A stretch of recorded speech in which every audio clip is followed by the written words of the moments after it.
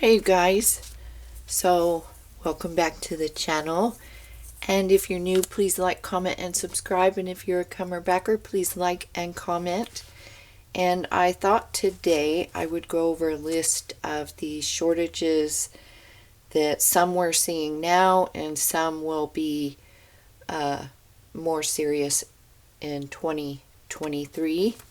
And I did a thing last night. I made a pot of southern style chicken and dumplings and canned the leftovers, and it looks like they came out really well. The dumplings, which I refer to as a noodle, they're a fat noodle, and it looks like they came out good. So we will have to open a jar of those one day this winter and see how it came out. But yeah, did the leftovers. Looks yummy. So a lot of these shortages are due to weather, lack of farming equipment, due to parts, fuel, labor, also packaging. There's a lack of packaging. If you noticed in my last haul, the Maxwell house is now in a cardboard container rather than the plastic containers. So those, you'll have to repackage things like that because they're just not going to hold up. And then fertilizer. So we all know the issues with the fertilizer shortages, and then extreme weather situations, be it drought, lack of humidity, just depends on what they're growing and the location. And then disease. There's a lot of disease that apparently is spreading. So some of our shortages are going to be meats, and that's due to a lot of sell-off of cattle and labor issues and things like that. So, and that includes beef, pork, and chicken. We all know that I'm going to say poultry across the board, not just chicken, due to the avian flu. So they're culling millions of chickens. I brought that up in one of my videos the other day. We just culled another, was it a million egg-laying chickens. So that leads into, with the beef issues, that will lead into milk, cheese, all your dairy. So because they don't have, with the females, they don't have the feed for the females, and so they're not breeding, so you're not getting the milk to make the cheese, the sour cream, the milk,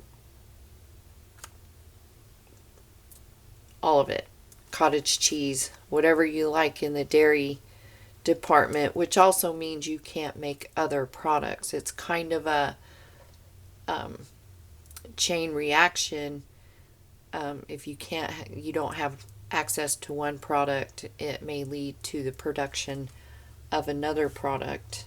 Wheat, and I think I brought up India had banned the export of sugar for another year. They're putting sugar, I think Brazil also, they're putting their sugar into ethanol. So major sugar issues. And so you have the sugar with India, now you have the wheat. They're banning the exports of wheat as well.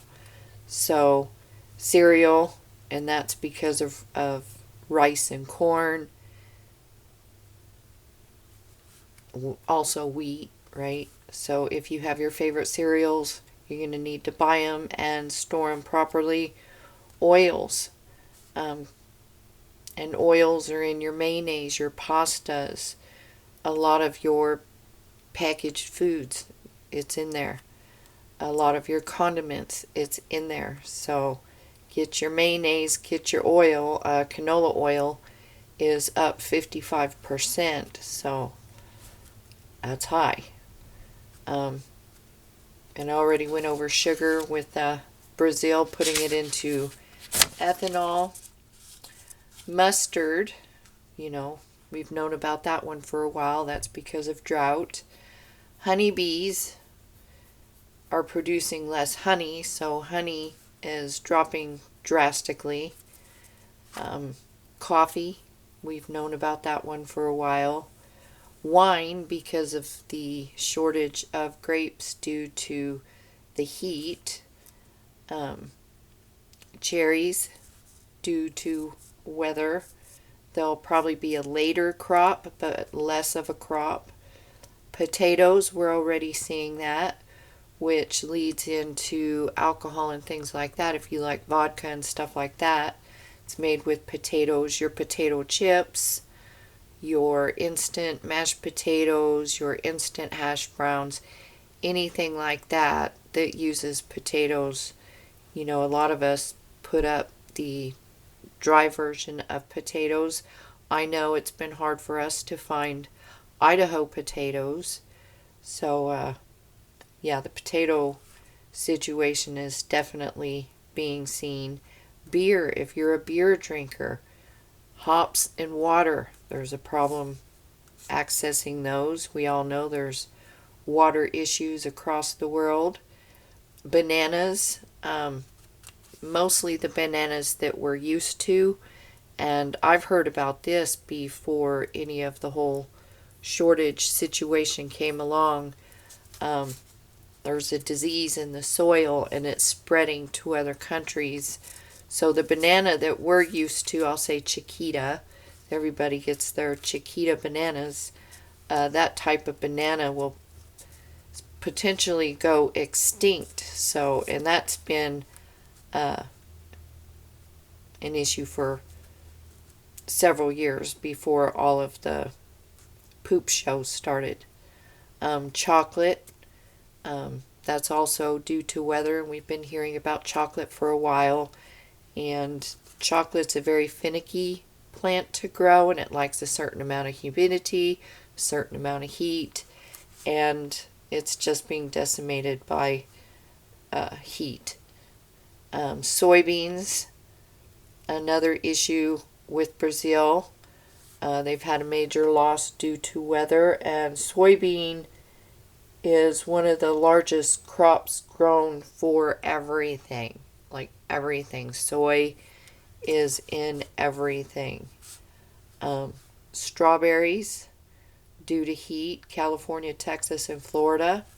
Maple syrup, due to weather conditions. Maple trees have to get so warm and then so cool for the sap to come out of the tree. Peanuts, they're grown in the South, and everybody knows Georgia for peanuts, I think. And they've had drought. Fish, due to overfishing. Plus, we are all aware of the crab situation. And, if you don't know about crab fishing, they pull the males. So you need the males to fertilize the females to make more crabs. So, and then tomatoes, we all know about the tomatoes. And so that will include any tomato product, your ketchup, salsa, tomato sauce, pasta sauce, all of that. Blueberries, corn. People are talking about oranges, but it's all citrus. Oranges, lemons, limes, grapefruits, all of that. And that's due to yellow dragon disease, which pretty much leaves you with a green orange, and it is also spreading across states and countries. Almonds, we all have known about the situation in California. They're a major producer of almonds. Pasta goes back to wheat, oil, and all of those shortages. Alcohol goes back to, the potatoes, and it takes fruits and vegetables of some sort to make whatever alcohol of your preference. Canned and frozen vegetables, well, that goes back to the drought and not being able to grow a lot of these other products. Paper goods, that includes the pad of paper I'm using for my list. toilet paper, paper towels, things like that. So we're going to have to find alternatives to that. A lot of people say bidet, but if there are areas with water shortages, that may not be an option. May have to use reusable type things. I said packaging materials, that's your plastics, they all come from petroleum products. So with the issue with petroleum products, we can't produce the plastics, and that would go down to, your containers that you store your food in, containers that they put product in, your beer, there's shortages on aluminum and glass, and I don't know if you've seen a beer lately, but they're literally as tall as I can open my fingers. It's crazy. Baby formula, we've known about that one for quite some time, and I think recently, what is that stuff? Pedialyte has been added to the list, and then if you're a sriracha lover, sriracha has been in shortage due to the lack of peppers. So the list keeps getting longer and longer. So if you can grow a garden or even a few things in a pot, grow up a tomato plant somewhere in a sunny window, or get a grow light or something like that, you can at least grow your own tomatoes and maybe produce your own salsa or your own pasta sauce, whatever. So far nobody has said anything about onions. We use onions in everything, so hopefully onions stay off the list. I just got oil and honey, so yeah, just get what you can when you can, and you'll be seeing a lot of this really affect you in 2023. So, all the band-aids are going to be falling off after the election, so we'll start seeing more of these issues after the elections and as we go into 2023. So I just wanted to share that with you. I thought the lists were getting pretty long, so prepare, get what you can for the next year, and we'll all get through this as best we can. Get together with people if you don't have a space that you can garden, if you know somebody with a house and a yard, see if they want to work together to have a garden, and you work in it and everybody splits things.